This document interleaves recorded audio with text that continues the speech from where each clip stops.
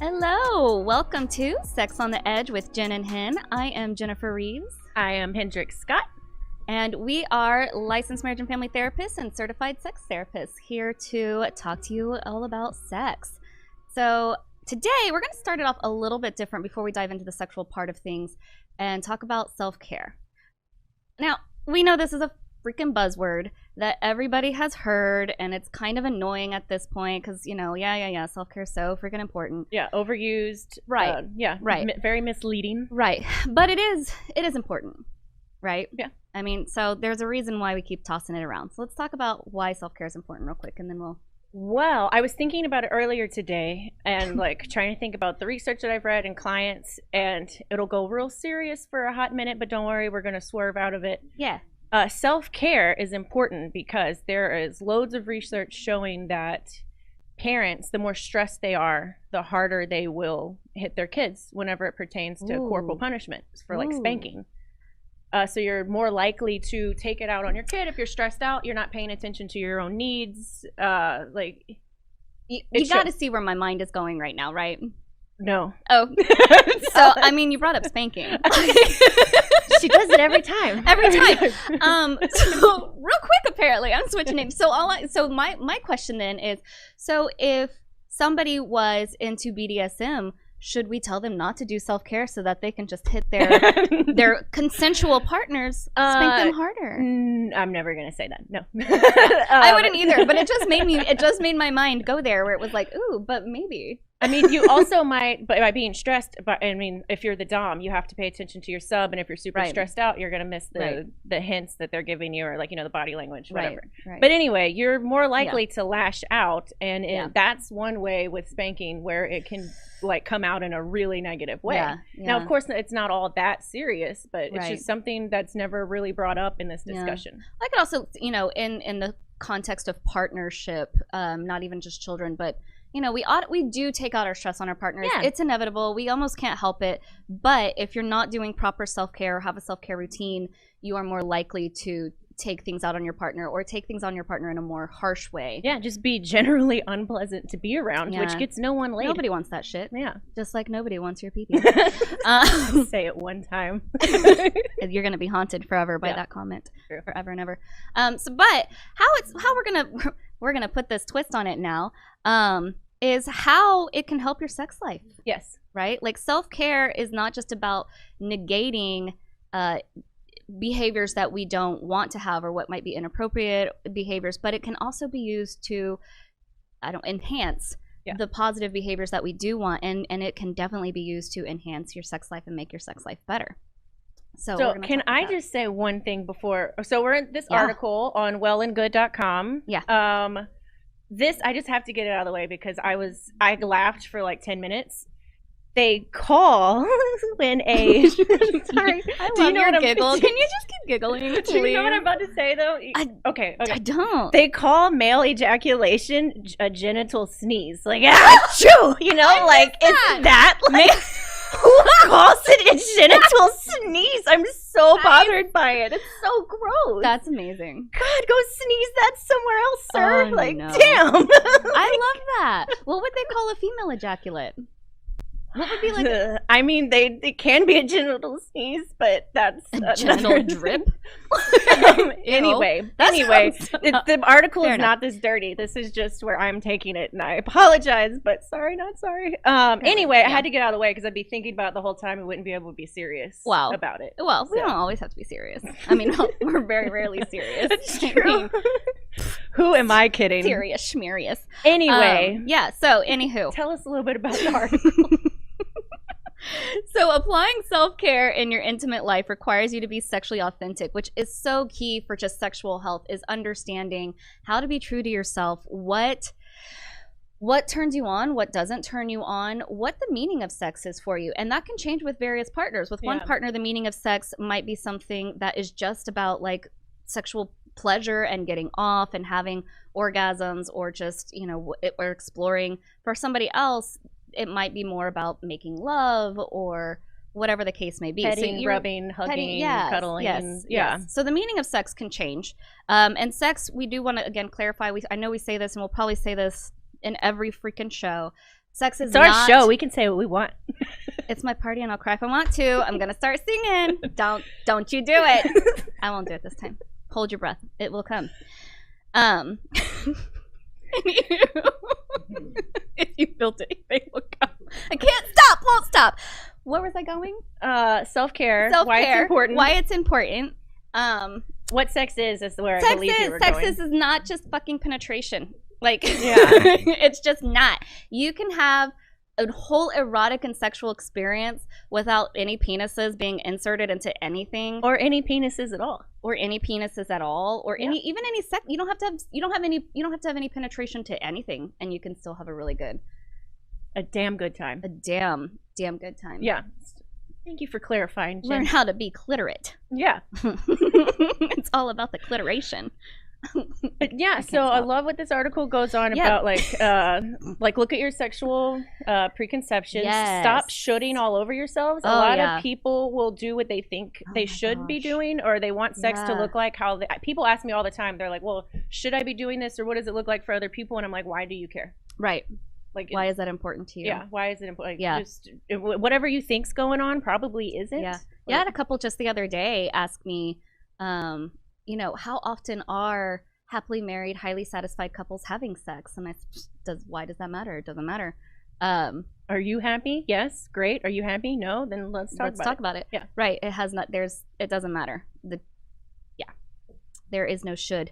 Yeah. Anyway, so typically what we see expressed in sex is the male arousal trajectory and male sexual desires, as we clearly see in porn. And I agree with this. Like, we do have a brevity of female sexuality, and even to the extent, and this is I'm gonna get on a soapbox for half a second. This is a pet peeve of mine. I'm gonna have to get like a harmonica for these moments or something. You like it? for both of our soapboxes. So let me finish my soapbox. Anyway, so even to the extent that movies, TV shows, and songs written by women are still written for men. Yeah. Right? Because there's so many songs that talk about like how women want it all night long. There are women that want it all night long. Talk to your woman about it, though, because I think you'll find that a lot of women are like, dude, if you go longer than 20 minutes, my shit starts burning and I'm done. I've also heard men, like men in the room, they're like, gosh, I just want to go longer. Like, I need to go like 2 hours. And I'm like, why? Why do you want to have sex? And they're like, well, because that's what women want, right? And I'm like, right. Is that what you want, though? Like, are you doing? And they're like, no, like it kind of like, goes numb after a while. And I'm just like pounding away. And I'm like, so really, you're the one not having fun here. Right. And probably your partner. Right. So talk a little bit more. What is the ideal sex for you and your partner? Like, stop the preconceived notions and all that bullshit and get down to it. Get down and go down. Yeah. I'm a fan of that. Anywho, we said we weren't going to talk about blowjobs all the time in our very first episode, and yet I think it has come up every single time. It's fine. Blowjobs are a thing. Cunnilingus is a thing. It's not about focusing on the moment. Mindfulness. Mm-hmm. I talk about this. Do you ever talk about mindfulness in therapy? I mean, I feel like we have to. Like, it's sort of a necessary tool. But mindfulness sexually, do you are you specific about it like that? Yeah. Yeah, me too. Like, and I always use the American Pie, the guy that's like into tantric sex, and I use him as an example. The very first step of tantric sex, y'all, is being mindful. Yeah. Like, that is how you get into that piece of really explosive. Yeah, and being mindful, and I have to say this all the time, because mindful is another buzzword that everyone's like misusing. Yeah, I don't think being mindful, it is being aware without judgment. Yes. What do you feel, and don't put a negative or positive connotation on it. You just let it be. Yeah. Like, listen to your body. It's communicating, and find the pleasure in your body. I wonder how many times I can say things that sound like it's sexual when it's really not. But I loved where they went with courageously communicate. I love the word that they put in front of it. Courageously communicate. Yes. Accurate. Yeah. Yes. You have to. Oh my God. Yeah. You have to communicate with everybody. And again, I know that we say that ad nauseum, but it's so true. I like this part. Be mindful of your voice, like the tone of your voice, the sounds that you're making, body language. Clearly, I'm not great at this since I do all this shit on air, but that's fine. And facial expressions. are all elements of communicating that you may not be aware of. So if you're talking about sex and your body is closed in like this, you're clearly you're clearly like, I really want to be more open. Yeah. It's like, well, that doesn't I want to talk about what I like. I would like you to go down on me, please. Yeah. Yeah, and sometimes, gosh, this is another thing with couples. They will have hated something that their partner is doing for years. Oh, yeah. Years. Yeah. Years. Because they're too nice and they don't want to tell their partner. Because it does suck to be told something that you're doing sexually. It's so embarrassing. Yes. You're really vulnerable. You feel like you're being judged, and it's terrible. Like, it's a terrible feeling. I have had clients where is a heterosexual client. He thought he was the god of going down on her, right? Because that has been like, oh, my other partner said how amazing I was, and she comes in and she's like, it's not good. He's not good at it. I don't even know if he knows where the damn clitoris is. He's never found mine. I don't know what the hell these other chicks have told him. Yeah. Like, he is not good at giving me head. Like, he's just not.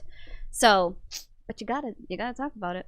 Yeah, and it's just, he probably assumed, and because it's where I've also seen like across, like where our clients kind of, are the same, we do the same thing. Yeah. Is that they just think, I've learned how to go down on a woman or a person who has a vagina, a vulva. And that's how I'm going to do it for everyone after that. Yeah. So he probably had this one girl who was like, yeah, that's it. And then he did it with all the rest. When they he didn't was say like anything. 14 and brand new. Yeah. Yeah.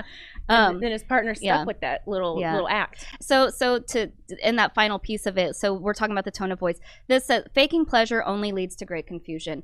So we've talked about faking orgasms before, and men do as well. But I do, yes, men do as well. Yeah, they do. Now I will say this: there is research to show that on the rare occasion that you are close to orgasming, if you start to fake it, it will come. No pun intended. But I forgot about every that pun intended. Research. But that only is if you're already enjoying it, if it does feel good. So you're not just faking to get the moment over. You can push yourself over the edge. Sex on the edge. So yeah, and on that very good note, Hendrix, we're going to take our first break. We will be back shortly to finish this article up and keep talking about self-care and sexual pleasure, both solo and with partners. Yes. So stay tuned. We'll be back soon.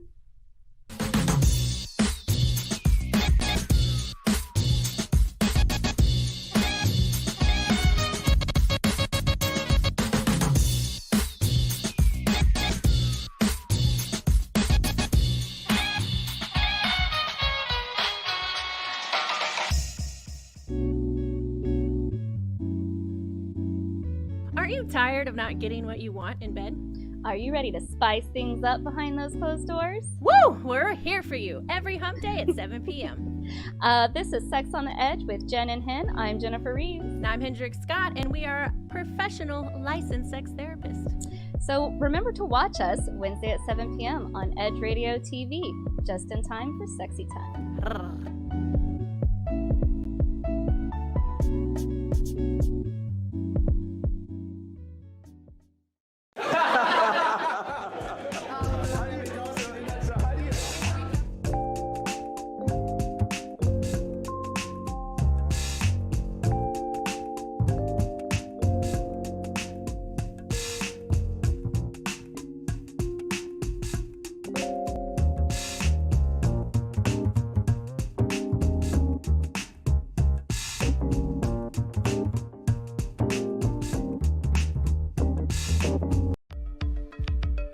Are you a small business owner concerned about the downturn in the economy?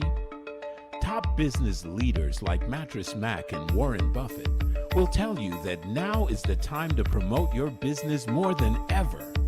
People need your services. Your business needs an edge. Learn about special advertising packages for small businesses right here on Edge Radio. Find out more, give us a call at 281-744-0446. That's 281-744-0446. Edge, because truth still matters.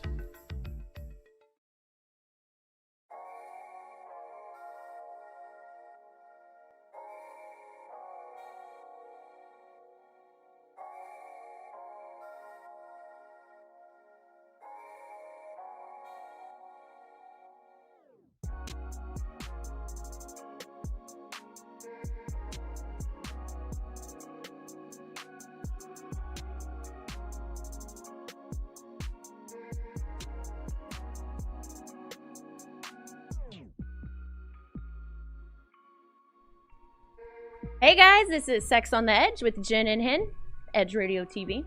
Yep. Today we are talking about self-care and specifically sexual self-care. Word to your mother.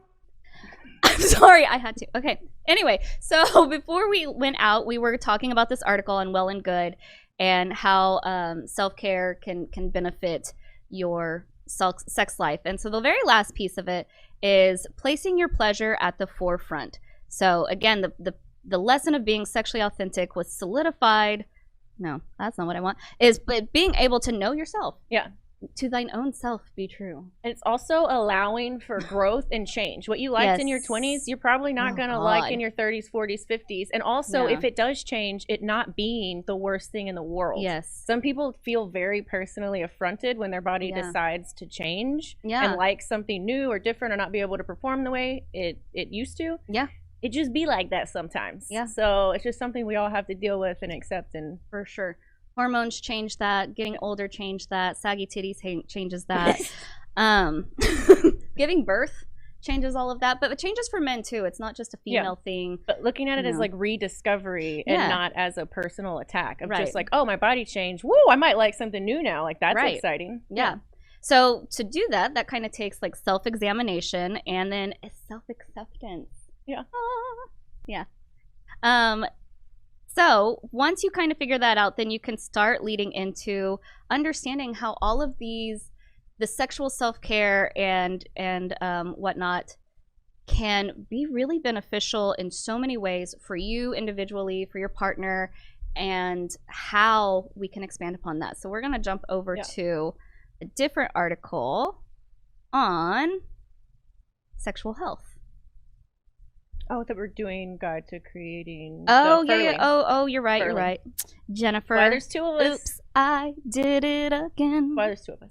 I jumped to a part. All right. So we weren't ready for a guide to creating a sexual self-care routine. You did so good. And you didn't dissociate with me. That's so fun. Okay. Yes, let's create a sexual self-care routine. Yeah. Let's do it. You go with number. Oh, self-care routine. Yeah. Yeah.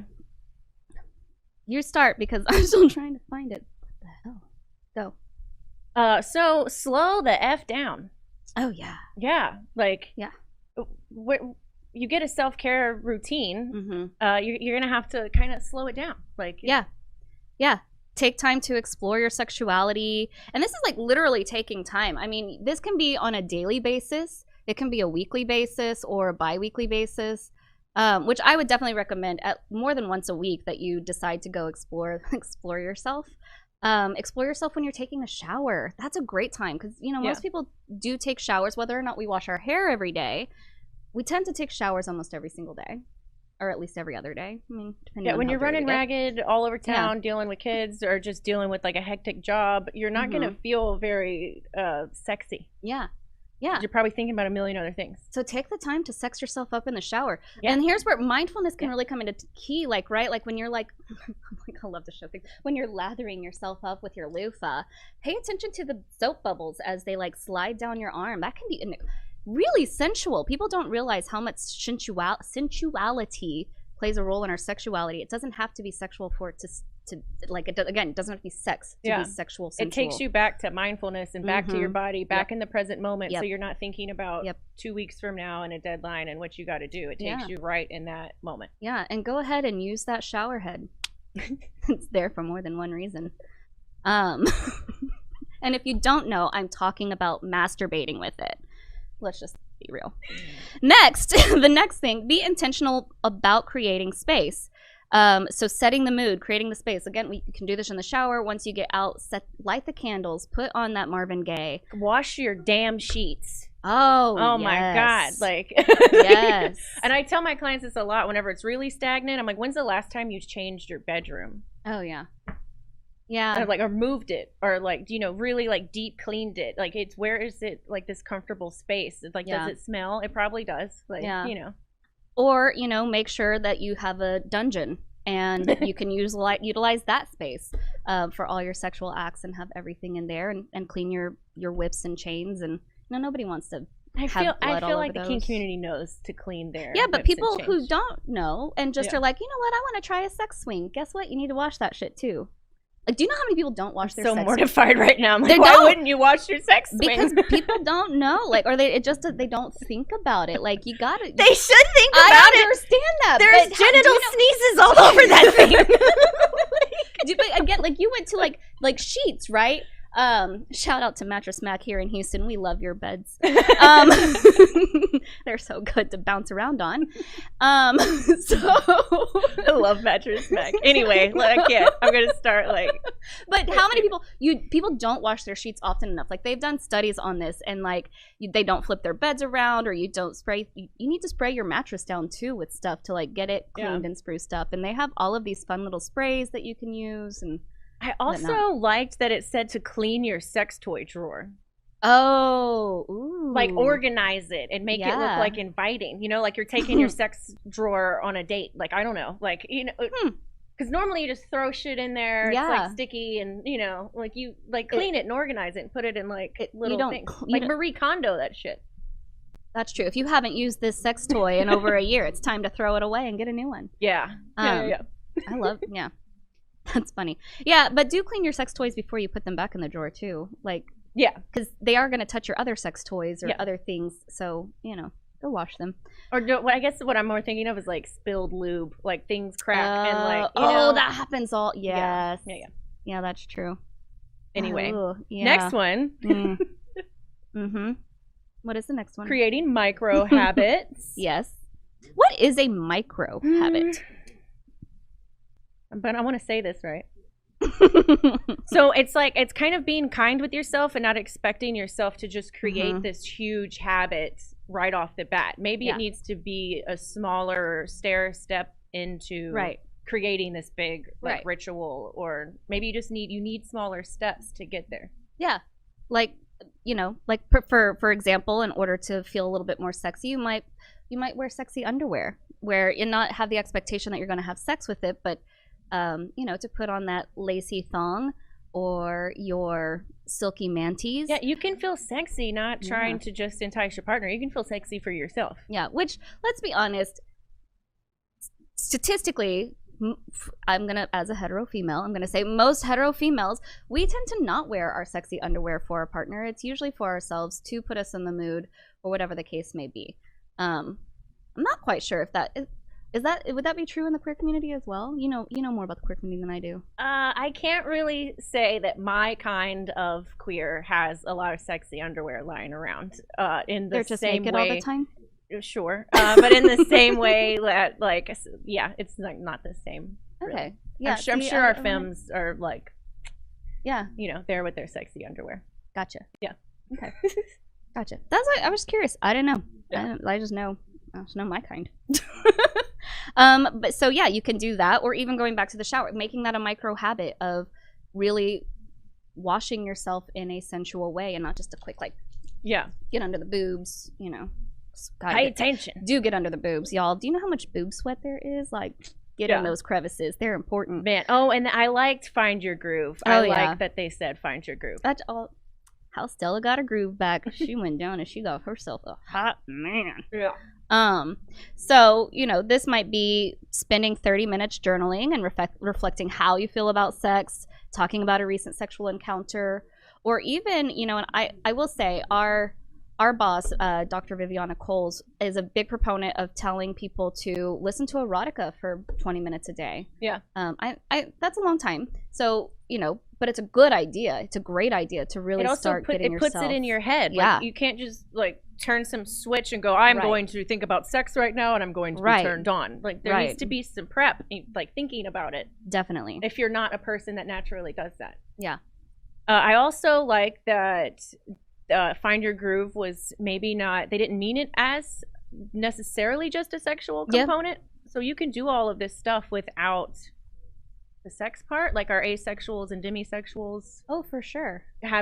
Still feeling mindful and being present in their body and feeling sensual. Yeah, because it's still important. Right, because you know, you can make the difference for sexual sex and pleasure. Yeah. Right? And so you can still find pleasure in touching yourself in a non-sexual way, but a sensual way, and still create that self-care routine with that. And also, some people hate bubble baths. That might not be your groove. Bubble baths can be annoying. So maybe yours is kickboxing because you want to go sweat it out. And y'all are wrong. Bubble baths are amazing. I'm just kidding. You're not wrong. You do you. Bubble baths are totally not boring. You do you, boo. I'll do my bubble bath. They're boring AF. Anyway, not if you have a jacuzzi tub. Well, that's different. That's a game changer. That is a total game changer. Yeah. Anyway, or water appropriate toys. Okay. I mean, and some oil-based lube that you can put on them so that they slide and glide. See, that might be way up some people's grooves. Fair. Way up there. No, fair. Okay. It's a good groove. Anyway, I got you. So create a ritual, create a routine for taking care of your sexual self needs, and then keep doing it. Rinse, wash, and repeat. Daily, every month, once a week. Don't just do it once and expect it to feel natural. It's going to feel awkward. Yeah, for sure. All of this might feel awkward. Sure. And then even some suggestions sound awkward and you immediately put it off and you're like, that's going to be dumb. I'm not going to do that. You might like it. Yeah. I agree. Yeah, I think you'll like a lot of it, but it might take time to get there, especially if you are a little bit more not used to that. And again, for those people who might be opposed to masturbation, we're not saying that you have to masturbate as part of your sexual self-care routine. We're talking about being sensual with yourself, and that may or may not include any sort of penetration or masturbation. You don't have to orgasm during your sexual self-care for it to still be self-care. Just pleasurable, and knowing that your body feels pleasure all over, not just in the genitals. The genital area. The genitals.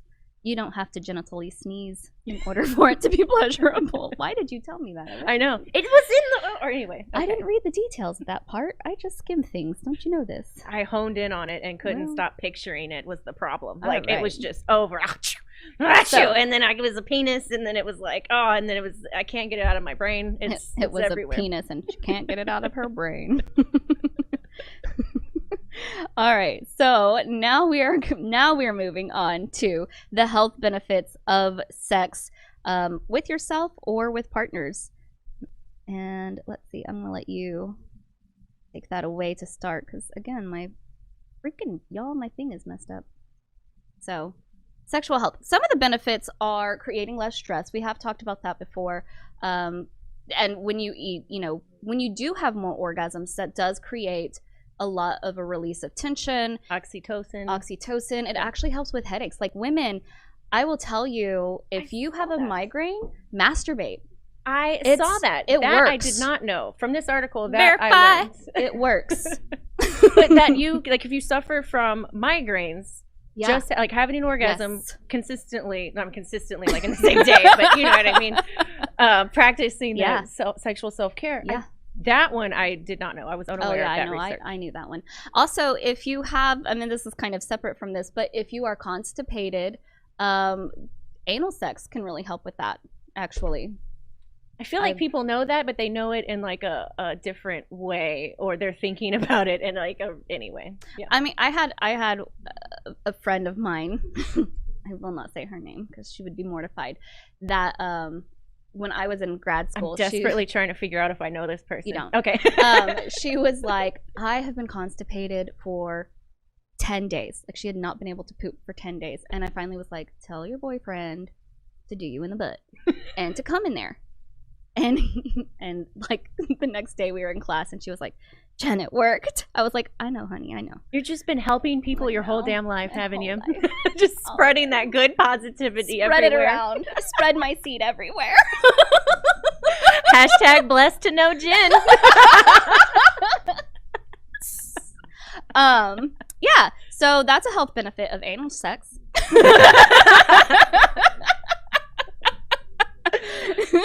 Fantastic. But other ways. Stronger immune system. Hello. Yes, for sure. Loving the time of Corona. We need to boost our immune system. Yeah. Oh my God, I'm dying. It helps to lower blood pressure. It helps to burn calories. Helps to increase your heart health and strengthen your muscles, those pelvic floor muscles. And even like glutes and thighs. Reduces your risk of heart disease, stroke, and hypertension. So this is specifically for men. Tell me all about it. This is specifically for men, though this also helps for women as well. But I will say, So men that come in and they have lower testosterone, there are 2 ways to naturally increase your testosterone. Oh, right. Yeah. The first is your standard meathead pumping iron stuff. Like, you know, if your testosterone is low, go pump some iron, wiggle down on the cardio, don't do as much cardio. That doesn't really help your testosterone. It's great for your heart, doesn't do shit for your testosterone. But the other way is to ejaculate. So, and it kind of becomes this feedback loop where chicken and egg thing. Yeah, where the more that you ejaculate, the more that it increases your libido, which means it's going to increase your sex drive and increase your testosterone, and it will continue to go forward. So, yeah, it also does increase your libido for women as well. This isn't just a man thing because we also have testosterone. I don't know if y'all know that, and that plays a role in our sex drive. So, yeah, so it's really good for both men and women in our testosterones and increasing libido. When we get back, we are going to continue to talk about the health benefits of sex. Oh, and I'm excited about what are you excited the thing we came up with. We came up with a thing. Just wait and see. She's so mysterious because she's a vampire. And we'll be right back with Sex on the Edge.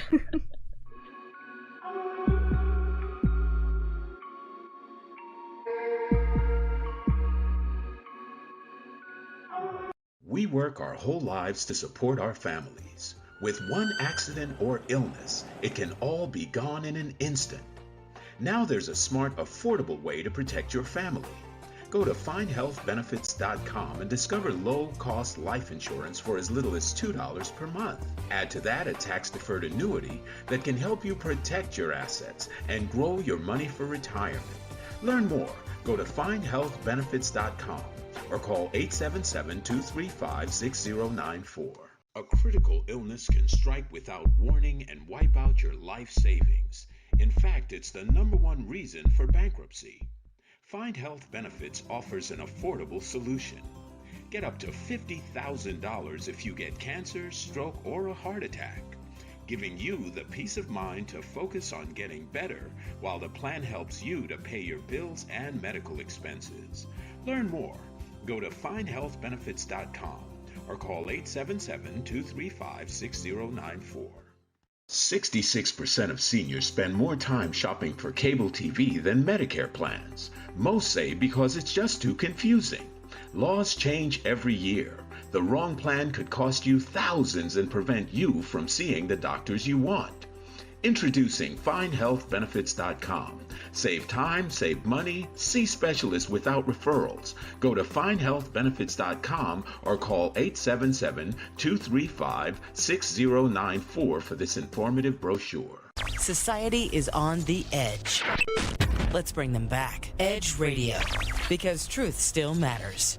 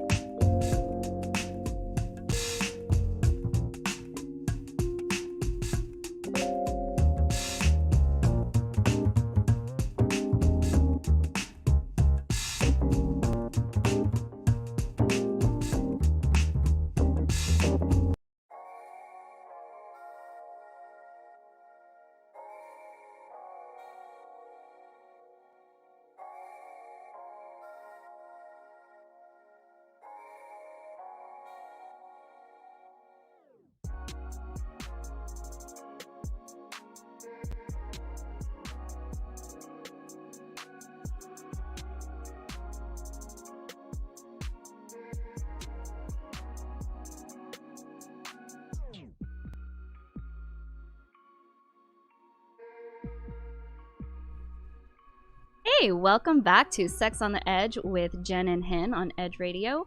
I'm Jennifer Reese, this is Hendrik Scott, and we have been talking about self-care and sex. So we're going to finish up this article. If you want more, like, this is a great article. It's on healthline.com. We're just pulling snippets from it. But the last piece is, how can sex benefit your mental health? Or second to last piece. We got one more piece. How can sex benefit your mental health? And sexual activity, whether it's with a partner or through masturbation, it has so many psychological and emotional benefits. So because like exercise, it can help reduce stress and anxiety and increases happiness. It releases all of those happy endorphins and whatnot as well. Oxytocin, the bonding hormones, all sure. that stuff. For sure. So some ways, it increases satisfaction with your mental health. Increases levels of trust, intimacy, and love in your relationship. Yeah. Imagine great stress reliever. Oh yeah, dude.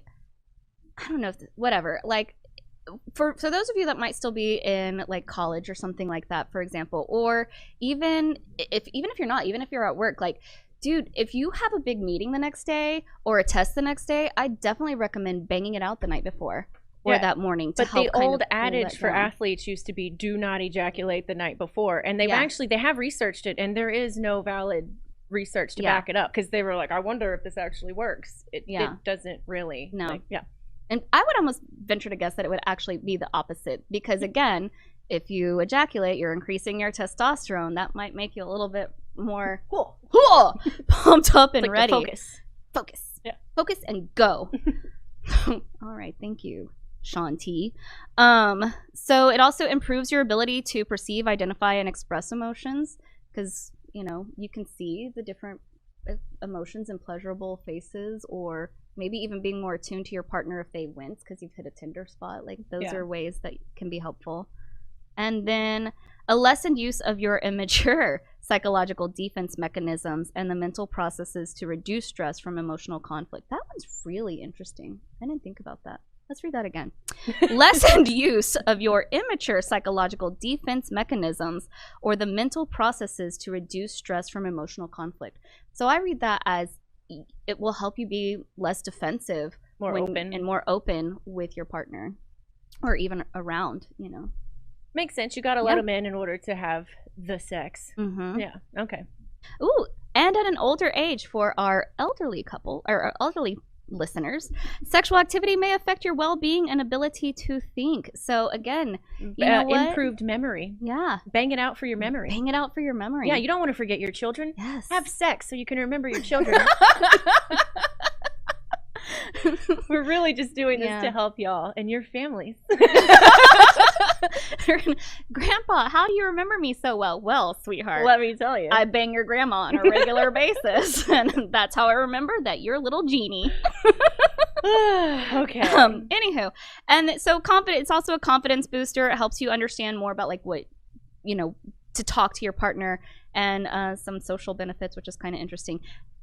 We do want to hit this one last little piece on it: benefits of masturbation. So we're not just talking about partnered sex, because masturbation is very helpful. Yeah, you can be single and still be mentally, physically, sexually well. You can be partnered and still masturbate. I'm sorry, like, I know some people are going to be like, turn that bitch off right now. Do not listen to her, honey. You are not allowed to masturbate. I have had clients come in and be like, well, my partner's masturbating and I'm offended by it. And it's like, okay, that's let's talk about that. Look, sometimes you just don't want to have to clean that shit up from your partner, like splooging all over you. It's a whole big scenario. It's a whole big thing. Right?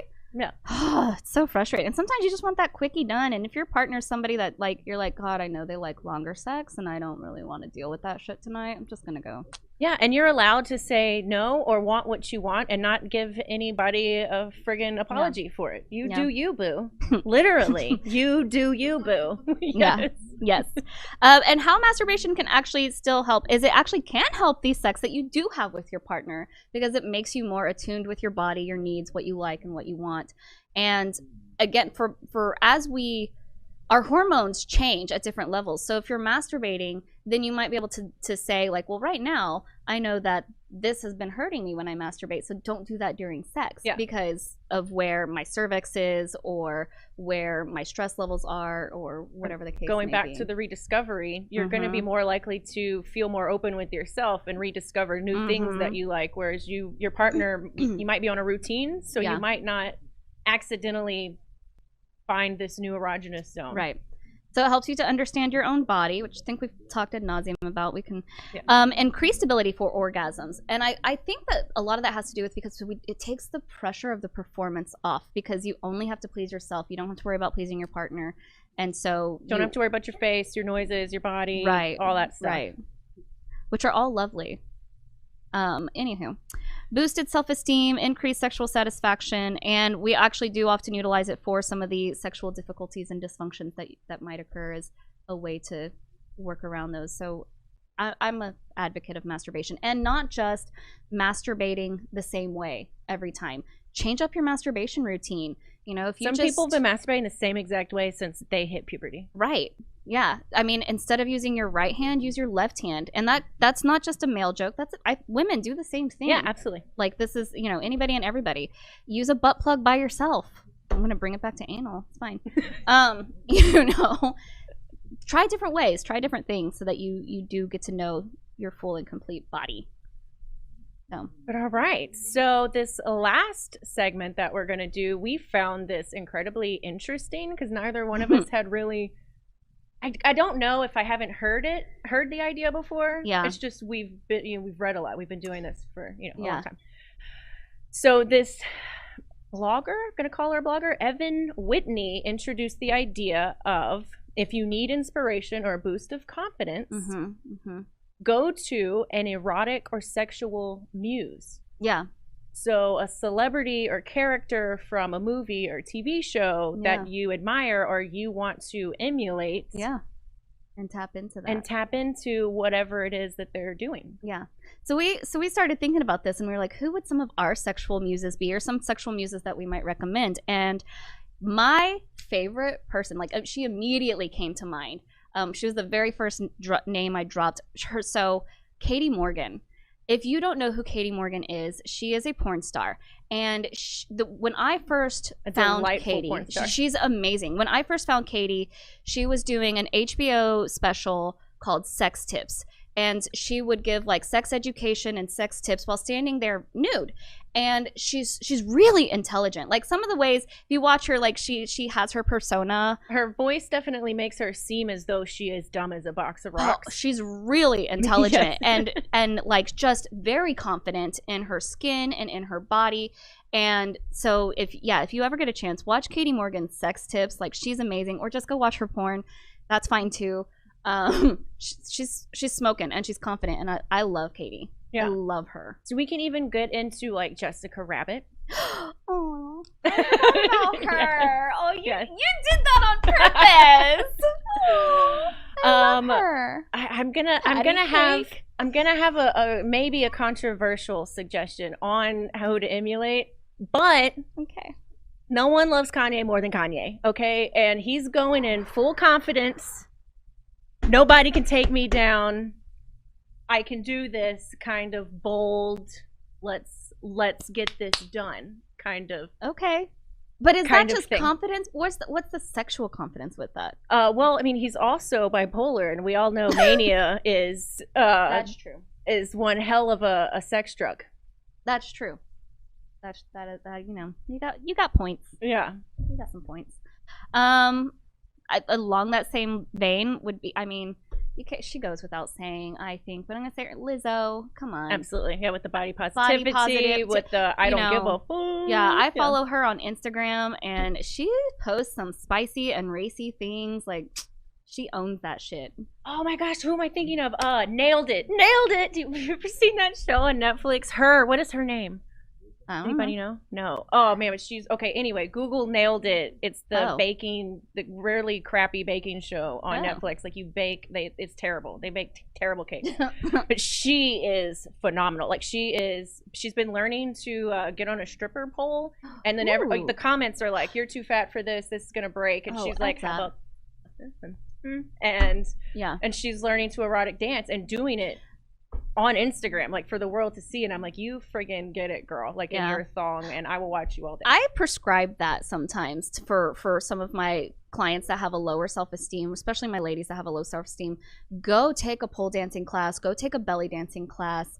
Anybody with body issues, body dysmorphia, anyone who just transitioned, or like in the midst of a transition and you're just trying to get to know your body, like, they're like, so one of my really good friends is a belly dancer, and she teaches at Dauntless Dance over in the Heights, and they are the most welcoming, like, group of people ever. So I don't think they have pole dancing classes there, but they do have belly dancing classes, and they're amazing. And then pole dancing classes, you're gonna have some bruised thighs for a little bit, but it's okay, they'll go away. Some other ones. I know who I was thinking of. David Bowie. Ooh. More specifically, let's go Jareth the Goblin King. Like, who doesn't want to bang? Why are you? Like, come on. That's my childhood crush. I used to like want him to take my little sister away so badly. I love you, Angela. Please don't hate me. But you know, we didn't always get along when we were younger. But I would pray to the Goblin King. Yeah. Which is not. That little sexual prowess. Like, oh my God, his codpiece just kept getting bigger and bigger. It's a phenomenal movie. I meet people who haven't seen Labyrinth, and I'm like, "Who are you?" And get out of my face. Yeah, no, like, that is my favorite movie of all time. It is. So moving on to other. We will say this. I want to say a good sexual muse couple is Lily and Marshall from How I Met Your Mother. Yes. And I'll tell you why. And I talk about them in therapy all the time. They, even when they're mad at each other, they take pauses when they're pissed off to go have sex or to connect. And I wish more couples could do that, where they could say, we can still be angry. We know we're angry, but time out on that. Let's go bang it out, because we recognize we've still got to also connect, because we're not breaking up over this fight. This isn't a fight we're losing each other over. We're pissed off and we're allowed to be pissed off, but we need to connect and make that time for connection. Their attachment or connection is so secure that the fight doesn't just throw off their entire relationship. So therefore they can table it and they can just go bang it out. Right. But they also talk about things like, I really liked the way they communicated about it. Like, they would say when they didn't like something, they would say whenever they were interested in trying something new. Yeah, they're good. So we'll stop with Lily and Marshall, and when we come back, we'll continue to talk a little bit more about some positive and negative sex muses. Oh, yes, the negative, where we're like, do not pay attention to these people, because they be wrong. So we're Sex on the Edge with Jen and Hen. We'll see you soon.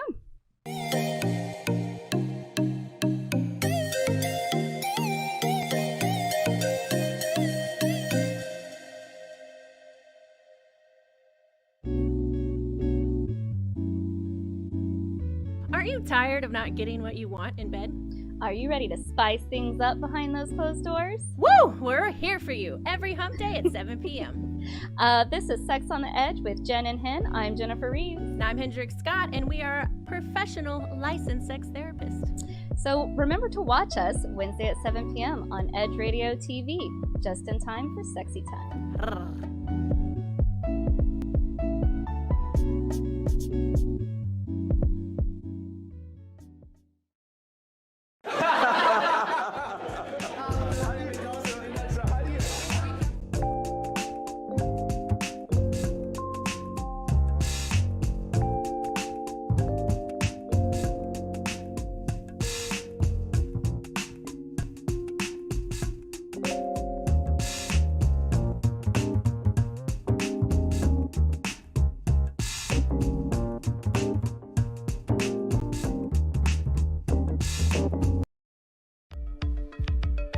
Are you a small business owner concerned about the downturn in the economy? Top business leaders like Mattress Mac and Warren Buffett will tell you that now is the time to promote your business more than ever. People need your services. Your business needs an edge. Learn about special advertising packages for small businesses right here on Edge Radio. Find out more, give us a call at 281-744-0446. That's 281-744-0446. Edge, because truth still matters.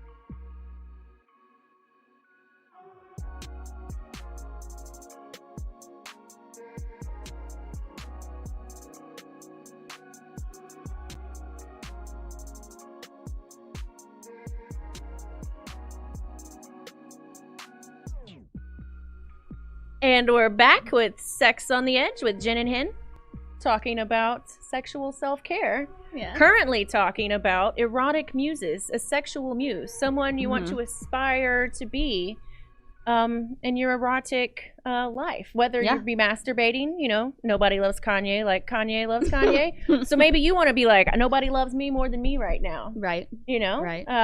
Just all the positive people that we can emulate to maybe give us a little bit of a boost. Ooh, you know, that just kind of made me think. You brought up Kanye, and I started thinking about songs that you could listen to, like TLC's "Creep." I mean, it's always been a sexy song. It's a sexy song. Always been a sexy song. It's a sexy song. And Crazy, I think she's pretty confident. Not Crazy, the Cool.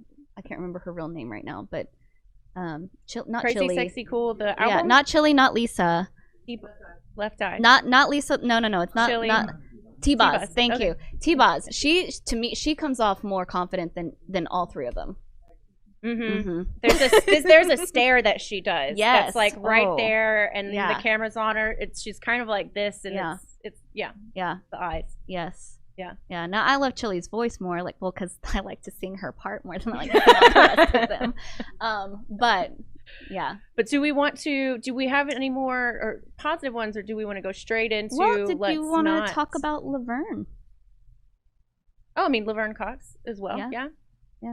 Yeah, I mean, that was like it. Like, she embodies confidence. Yeah. She embodies self-love. She embodies F you. I'm going to do what I want and fucking live my life. And I just feel like she would be about pleasure and confidence and all of the good stuff. Yeah. So some negative ones. Who do we want to go off right away on our biggest negative one?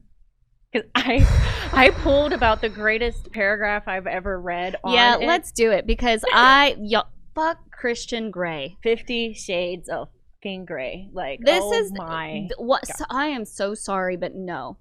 He is one of the worst sexual muses, and what is her name in that book? Anna. No. Was it Anna? No. Okay. You know, yes. Yeah, but they're so sexually unhealthy. These are not people to emulate. It's terrible. Do you want me to? You're gonna love this. Okay. Like, no, I stood up and I started clapping. Like, whoever this person is on Westword.com, like you nailed it. It presents. Well, we'll just start with the tag was just that the book presents BDSM as being only for emotionally damaged, abusive sickos, and then he goes on to say, having a red room filled with expensive kink accoutrement doesn't make you a dom any more than sitting in your backyard with a running hose makes you a bird bath. 50 Shades of Grey, the book and movie, both get BDSM wrong by making audiences believe that being into kink equates to being a mentally unstable perv who uses abuse, manipulation, and non-consent while ignoring limits, boundaries, negotiation, and trust. In the real world, doms like Christian Grey are at best a joke, at worst are inmates, and while BDSM communities do have their share of damaged a-holes looking to prey on newbies, they are certainly the exception rather than the rule. Yeah, definitely. Thank you. Whoever this is. Can we put a clap track in that? Nailed it. Yeah. Nailed it. For sure. Oh, like, man, nothing gets me going in a non-sexual way. Nothing turns me off quicker than thinking about 50 Shades of Grey.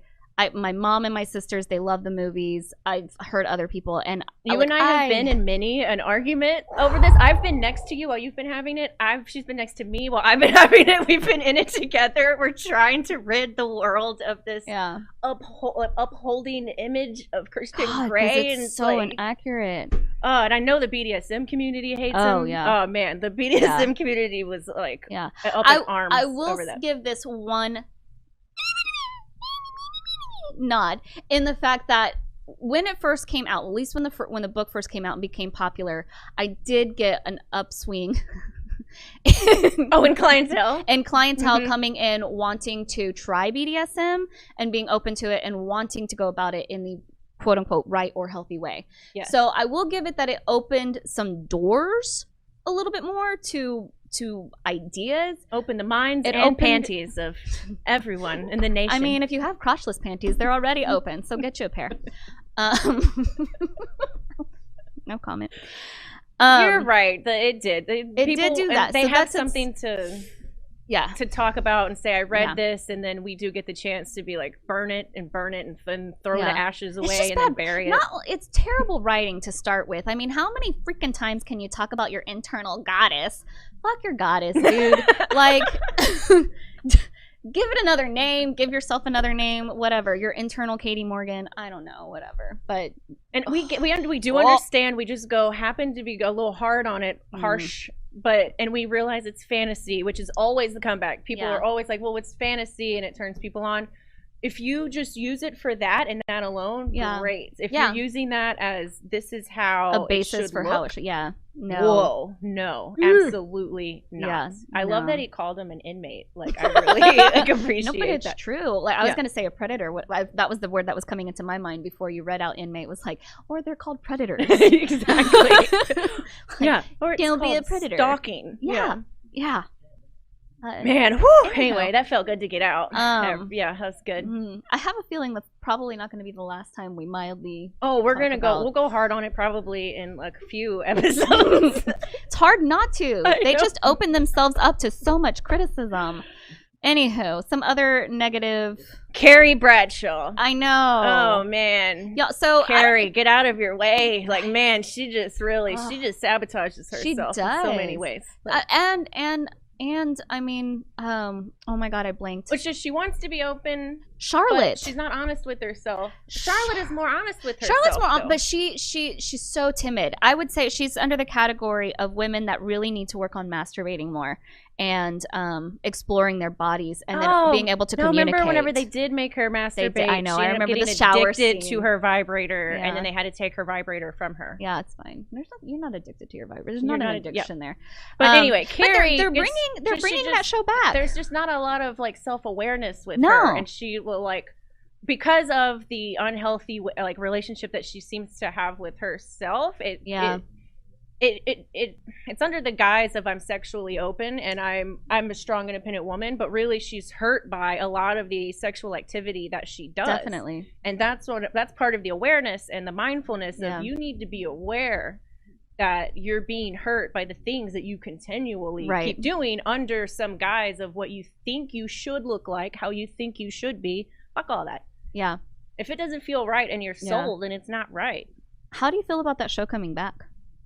Terrible. It's too far. Like, it should have come back like 15 years or 10 years ago. No Samantha. Like, what the hell is wrong with you? What like, she is probably one of the epitomes of a sex goddess for a lot of people. She is honest with herself. She knows what she wants and she goes after it. Yes. Yeah. She is unabashedly unashamed. And she courageously communicates. Remember with the funky spunk and the guy comes in her mouth and she's like, that's disgusting. She told him. She went, your spunk is funky. And I was like, you fucking go, girl. Like, you should be. Courageously communicate. Like, I love Samantha. I just don't know how they're going to pull this show off without her. And it also didn't age well. It was great at the time. It was mind-blowing at the time. I agree. It's probably one of the small factors of how we even got into what we got into, because we're talking about things that we didn't know about at that time. So but there's a whole new generation that's much better at talking about sex than they were. I have a sexual muse for you. Y'all, Dr. Ruth. Oh, of course. How did we not drop that girl? Yeah. God, I mean, Dr. Ruth is like our idol, though. So, I love her. Dr. Ruth Vestheimer. Like, you're not going to look at her and be like, oh my God, let me go masturbate to that. Most people aren't. But she's super open. Sex is no big deal. She's mind-blowing. I love her. Yeah. Love her. You're right. Like, how could we not have mentioned her?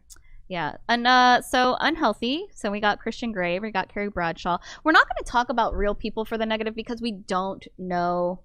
Oh, don't want to make those kind of like sweeping generalizations. Yeah. So we are going to don't really want to get too into that with positive.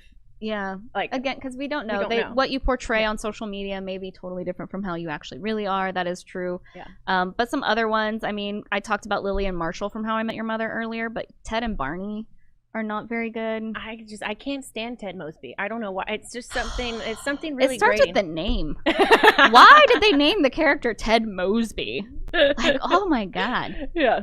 That's a terrible name. But they're not healthy beings, really. Maybe at the end they might become so. Yeah.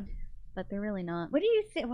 What's another like negative one? I know there's got to be about 1 billion, right? Does anybody have any things coming to mind? No, I don't know. I would say focus more on the positive anyway. So, you know, that's true. But we just wanted to make sure everybody knows not to focus on Christian Grey. Yeah, that was really it. Don't think of Christian Grey or Anna What's Her Face from 50 Shades of Grey as healthy sexual muses. They're not. So. We have just a few minutes left, so we haven't done this yet. How much time do we have? We have 3 minutes left. All right. So our sexual position of the week. Oh, yeah. So I pulled up my Kama Sutram. And we are gonna shake it, and we're gonna shake for some random fun. So the sex position of the week I shook is behind. BEEHIND. I think this one's a pretty normal, not normal one, a pretty, most people have tried this average one. Average one, thank you. So it we says, don't like the word normal, as many therapists do not, just to clarify for those. So one partner starts supported on a stool. So they're not sitting all the way down in a chair. They're sitting in a higher stool, but they're not completely standing either. And then the other partner sits on top of the man with their back towards them. So it's coming in from behind. So that's our sex position of the week. Try it out. I'm picturing it. I'm always picturing something ridiculous in my head. Okay, but yeah, I don't know if they can see. No, that makes more sense than whatever was happening in my head. Yeah. So that sounds like fun. I think you can get some good angles with that position too. It's gonna hit different places than if you sit on them in a chair where you're actually full on seated, or when you're full on standing. So it allows the support with still hitting some of the angles. Yeah. And as always, you can make any of these sexual positions work for you, whether you have a disability, whether you're like doing same sex, maybe you're having an orgy and you want to try to, you can make things work for you. You don't have to look at it and go, nope, I can't, nope, make it work for you. You can do it. Where there's a will, there's a way. Make it work, as Tim Gunn would say. I know way too many bylines. It's a problem. Anyhow, thanks for sticking with us this hour. We are Sex on the Edge with Jen and Hen, Jennifer Reeves. Oh, Henry Scott. It's me. It's me. You can find us on Instagram and Facebook as Sex on the Edge. Follow us there to get in between. Sometimes we might post little tips or little fun things in between. Or Edge Radio TV. And Edge Radio TV. Video uploaded every hump day at 7 p.m. Yeah. And to schedule sessions with us, because we are therapists, as previously stated, go to www.houstonrelationshiptherapy.com. Yeah. And so stay tuned. We'll be back next week with some more titillating, sexual, scintillating info. Yeah. Happy humping. Happy humping.